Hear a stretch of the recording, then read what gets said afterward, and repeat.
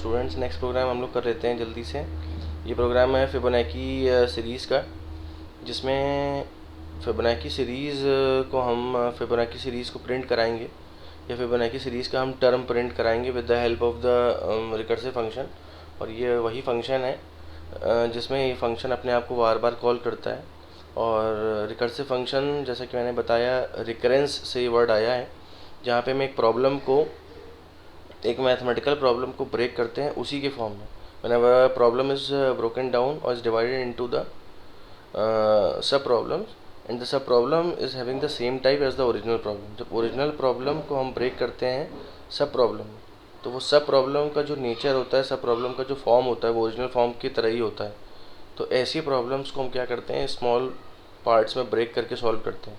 तो वो recurrence mathematics में होता है। यहाँ पर वही चीज़ रिकर्सिव फंक्शन बन जाती है कि जब हम फंक्शन कॉल करते हैं तो वहाँ पे n की वैल्यू पास करते हैं, और वही फंक्शन बार बार अपने आप को कॉल करता है, और n की वैल्यू क्या होती जाती है, घटती चली जाती है, घटती चली जाती है, और बार बार वो जो रिजल्टेंट होता है, जो इंटरमीडिएट रिजल्ट्स होते हैं, वो उसमें स्टोर होते चले जाते हैं, फाइनल सोल्यूशन बनाते चले जाते हैं, और फाइनली हमको एक रिज़ल्ट मिल जाता है। तो वो सब हमें पहले से पता है। फिबोनाची सीरीज़ हम समझ लेते हैं कि फिबोनाची सीरीज़ क्या होती है। फिबोनाची सीरीज़ एक ऐसी सीरीज़ होती है जिसमें दो प्रीवियस टर्म्स का जो सम होता है वो नेक्स्ट टर्म के बराबर होता है। फिर से मैं बता दूँ, फिबोनाची सीरीज़ वो सीरीज़ होती है जिसमें दो प्रीवियस टर्म्स का जो सम है वो नेक्स्ट टर्म के बराबर होता है। तो a series in which the sum of the two previous terms is equals to the next term, जहाँ पे बाय डिफ़ॉल्ट का मतलब बेस केस, मतलब जो चीज़ गिवन है वो ये है कि दो जो हमारे फर्स्ट टर्म्स होते हैं वो गिवन होते हैं, यानी फर्स्ट टर्म की वैल्यू भी यहाँ पे 1 होती है और सेकंड टर्म की वैल्यू भी 1 होती है। तो अगर 1 पहला टर्म है और सेकंड टर्म भी हमारा 1 है, तो थर्ड टर्म ऑटोमेटिकली कैलकुलेट कैसे किया जाएगा, इन दोनों का सम, तो वो क्या हो जाएगा 2। उसी तरह फोर्थ टर्म क्या हो जाएगा 3। उसी तरह हमारा अगला टर्म क्या हो जाएगा 5।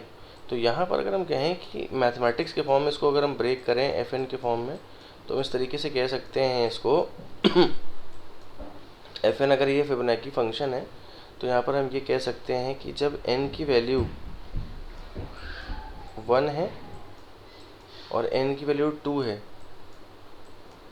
तो जो आंसर है वो क्या है,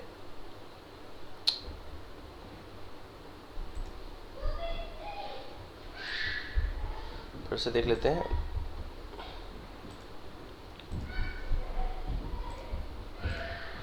कि जब एफ एन एक फंक्शन है, एफ एन मतलब nth टर्म हम निकालना चाह रहे हैं, इसकी वैल्यू क्या है 1 है। कब 1 है, जब n या तो 1 हो या तो 2 हो, फर्स्ट टर्म हो या सेकंड टर्म हो, उसकी वैल्यू क्या रहेगी 1 ही रहेगी। लेकिन अगला टर्म कैसे कैलकुलेट होगा, तो अगला टर्म एफ एन अगर हमें निकालना है तो अगला टर्म हम कह सकते हैं कि एफ एन माइनस 1,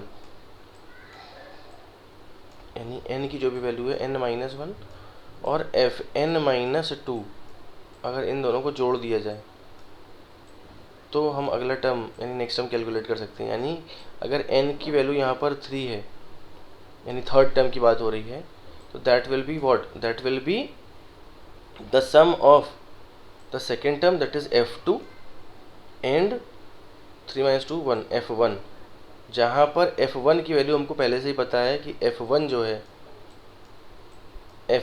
है वो भी 1 है, और f2 भी जो है वो भी क्या है 1 है। तो अगर हमें f2 और f1 पता होगा तो हम f3 अपने आप नहीं कैलकुलेट कर लेंगे।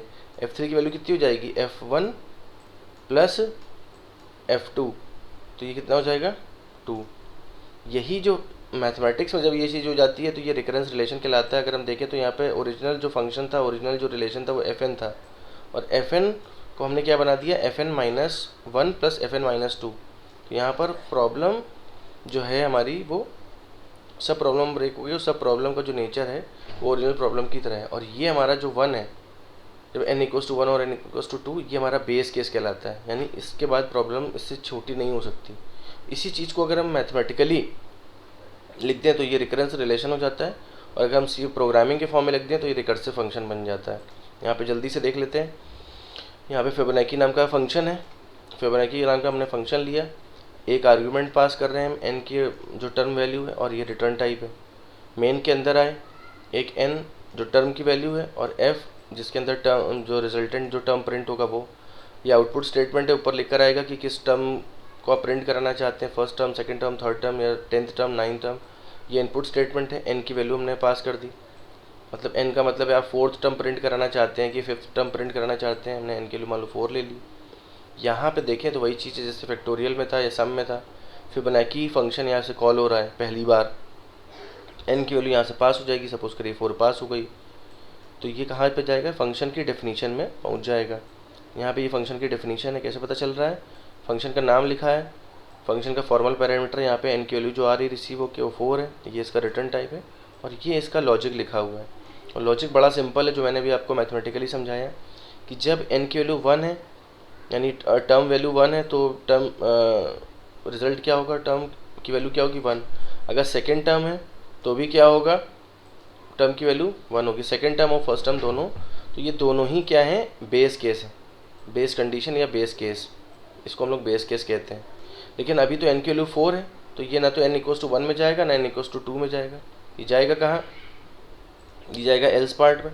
और एल्स पार्ट में वही लिखा हुआ है जो मैंने भी आपको ये मैथमेटिकली क्लियर किया था कि else is returning the Fibonacci n-1 plus Fibonacci n-2। तो फिबोनाची n-1 अगर n की वैल्यू 4 है तो ये किस में कन्वर्ट हो जाएगा, ये कन्वर्ट हो जाएगा फिबोनाची 3 और फिबोनाची 2 में। तो ये पहले दो अलग अलग फंक्शन कॉल हो जाएंगे, फिब 3 और फिब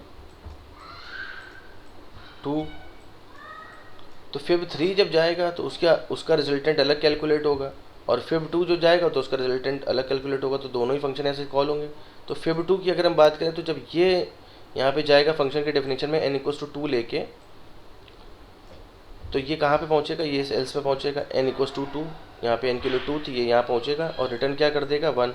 तो ये 1 कहाँ पे रिटर्न होगा, ये जहाँ से फंक्शन को हमने कॉल किया था, तो यहाँ पर क्या रिटर्न हो के आ जाएगा 1, तो इसकी जगह 1 स्टोर हो जाएगा इतने हिस्से की जगह।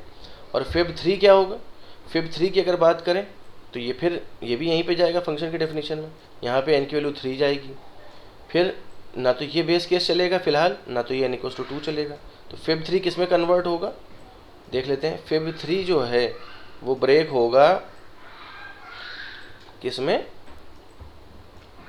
यहीं पे रिटर्न होके फिब n-1 प्लस n-2, तो ये ब्रेक हो जाएगा फिब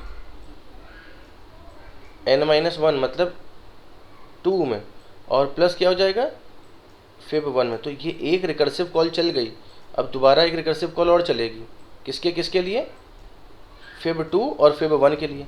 अब फिब 2 के लिए रिकर्सिव कॉल चलेगी, तो फिब 2 की वैल्यू तो हमको पता ही है कि क्या होती है, रिटर्न n = 2 रिटर्न 1, तो ये रिटर्न 1 यहाँ पे कर देगा इसको, तो ये अलग चल रहा है, तो यहाँ पे 1 होके आके स्टोर हो जाएगा। और फिब 1 n = 1, ये जब यहाँ पे जाएगा इसकी वैल्यू n1 लेके, तो n = 1 रिटर्न 1, तो ये 1 कहाँ रिटर्न करेगा, ये 1 रिटर्न करेगा इसके अंदर, तो ये क्या हो जाएगा 1 प्लस फिब 1 की वैल्यू कितनी हो जाएगी 1, तो ये 1 + 1 कितना हो जाएगा 2। अब इम्पॉर्टेंट बात ये है कि 2 ये जाएगा कहाँ, दिस 2 विल गो वेयर, जहाँ से ये कॉल हुआ था, ये कॉल कहाँ से हुआ था, ये फिब 3 और फिब 3 यहाँ पे, तो फिब 3 की वैल्यू स्टोर होके क्या हो जाएगी, यहाँ पे क्या आके स्टोर हो जाएगी 2, और फिब 2 की वैल्यू कितनी थी 1, तो 2 + 1 3, तो ये रिटर्न कितना कर देगा 3।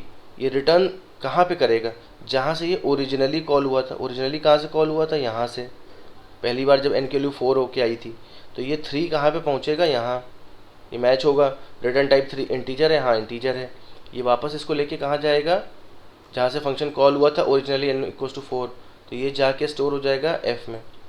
तो f की जो वैल्यू है फाइनल टर्म की वैल्यू वो कितनी स्टोर हो जाएगी 3, और ये प्रिंटफ की सहायता से हम देखें तो f के अंदर क्या प्रिंट हो जाएगा 3।